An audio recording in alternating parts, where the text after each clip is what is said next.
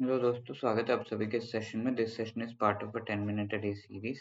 यहाँ पर हम आई एंड आईएफएस का मॉड्यूल है चैप्टर 8 फॉरेन ट्रेड पॉलिसी, इसको डिस्कस कर रहे हैं। तो there is very important topic of foreign trade policy 2015-20। तो इससे किस तरह क्वेश्चन एग्जाम में आता है, is it really so important और कैसे प्रिपेयर करना है, ये सब हम देखेंगे। साथ में जेआईबी एग्जाम की प्रिपरेशन और इजी हो जाती है if you have an idea of the previous year questions, most important topics and MCQs. इसका एक बढ़िया पीडीएफ डॉक्यूमेंट हमने बनाया है जो कि आपको, जिसका लिंक आपको डिस्क्रिप्शन में मिल जाएगा। Please do download it from there.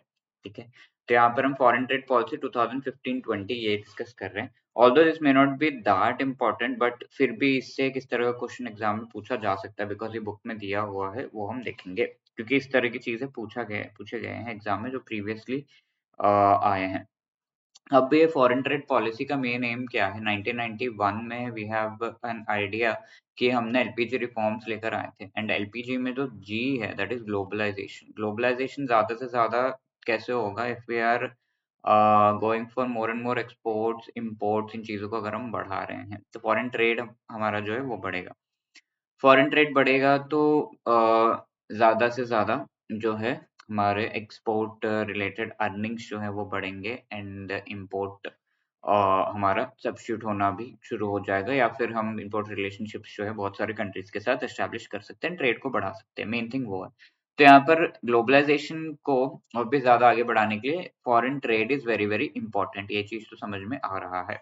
अब ये फॉरेन ट्रेड किस तरीके से किया जाए, इस चीज से related the government of India used to come up with a 5 year policy, just like 5 year plan, 5 year policy लेकर आती थी टिल 2020। ओके, तो वन सच पॉलिसी वो हम आज डिस्कस कर रहे हैं कि फॉरेन ट्रेड हम कैसे कैसे प्रमोट करेंगे। That is the foreign trade policy 2020।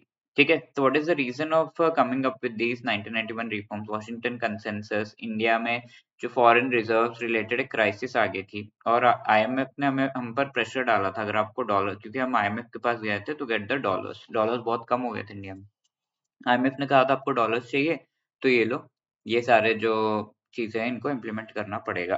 ठीक है, privatisation, liberalisation, privatisation and globalisation. तो ग्लोबलाइजेशन के जो टर्म्स है उनको इम्प्लीमेंट करने के लिए we came up with the foreign trade policy. तो इस फॉरेन ट्रेड पॉलिसी 2015-20 के मेन फीचर्स क्या है, एंड वन सच स्कीम के बारे में हम डिस्कस करेंगे, and then remaining will discuss in the next session. ठीक है, तो मर्जर ऑफ स्कीम्स किया गया था, इसमें डिफरेंट स्कीम्स को मर्ज किया गया था जो फॉरेन ट्रेड से रिलेटेड है of the goods and services. Then make in India initiative लाया गया था। तो ये मेक इन इंडिया इनिशिएटिव के थ्रू इंडिया में कैसे कैसे आप जो है ज्यादा से ज्यादा प्रोडक्शन कर सकते हैं, इससे रिलेटेड स्टेप्स लिए जा रहे थे।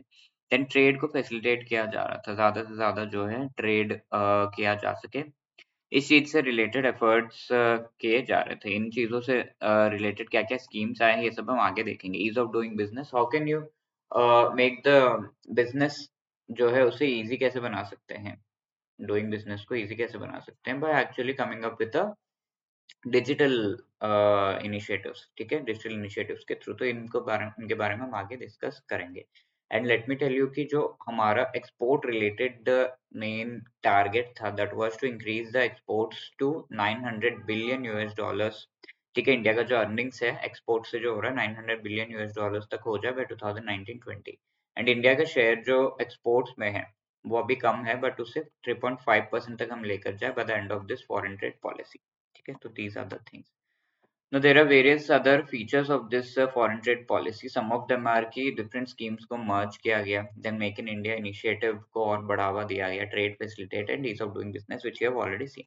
अब ये schemes कौन से जिनको merge किया गया, नया scheme जो लाया गया है वो क्या है? Merger of different schemes gave rise to two important schemes which became part of this particular foreign trade policy. वो है merchandise export from India scheme MEIS and services export from India scheme SEIS, जो हमने पिछले जो slide पे देखा था।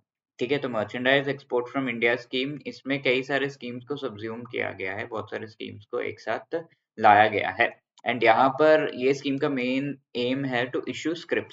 Script is like a voucher जो कि लेट से एक्सपोर्टर है उसको दिया जा रहा है, एंड ये वाउचर के थ्रू कुछ जो पेमेंट्स है, एक्सपोर्ट रिलेटेड जो भी पेमेंट्स है उनको देना एक्सपोर्टर के लिए काफी इजी हो जाता है। ठीक है, एक्सपोर्ट रिलेटेड कौन से पेमेंट्स, एक्सपोर्ट जब भी किया जाता है तो there are some taxes that are paid. Okay, तो ये टैक्सेस जो है कस्टम ड्यूटीज, एक्साइज ड्यूटीज हो सकते हैं, जीएसटी हो सकता है, तो ये सारे टैक्सेस पे किए जाते हैं। तो वाउचर लेटस से एक्सपोर्टर 500 रुपए का टैक्सेस पे कर रहा है, तो इसमें से इसको गवर्नमेंट ऑफ इंडिया ने 300 का वाउचर दे दिया, तो 500 पे करने के लिए 300 ये वाउचर यूज कर सकता है, एंड बाकी 200 जो है on his own he will pay. तो इस तरीके से स्क्रिप्ट्स इश्यू किए जाते थे, बट माइंडेड ये स्क्रिप्ट जो है custom duties and excise duties, ये दो तरह के टैक्सेस पे करने के लिए है, but not for GST. GST के लिए यूज नहीं किया जा सकता। सिमिलरली एसईआईएस जो है यहाँ पर भी स्कीम्स को एक साथ लाया गया, and there was one important scheme called the serve from India scheme, तो इसको कन्वर्ट कर दिया गया into services export from India scheme.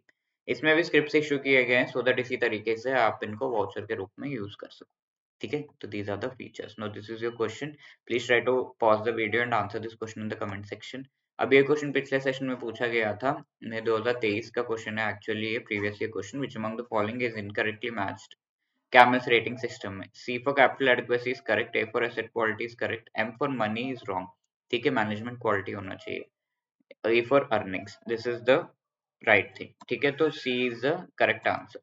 And JIB exam को एक ही अटेम्प्ट में अगर आप क्लियर करना चाहते हैं, चारों कंपोनेंट जो है आपको क्लियर करना है, तो इससे रिलेटेड हमारा बहुत ही बढ़िया मास्टर कोर्स अवेलेबल है, जिसमें चारों कंपोनेंट से related concept classes, each and every chapter के short notes, each and every chapter के MCQs, full length mock test, and पूरा जो मोस्ट इंपॉर्टेंट टॉपिक्स हैं उनको लाइव क्लासेस के थ्रू एग्जाम से पहले आपको रिवाइज भी कराया जाता है। तो all of these things are available in this course, and साथ के साथ आपको 75% का डिस्काउंट भी मिल रहा है by using the code JAB75। So you can be part of this course by clicking the link given in the description। हमारा live crash course भी लाइव अवेलेबल है, तो you can join that also।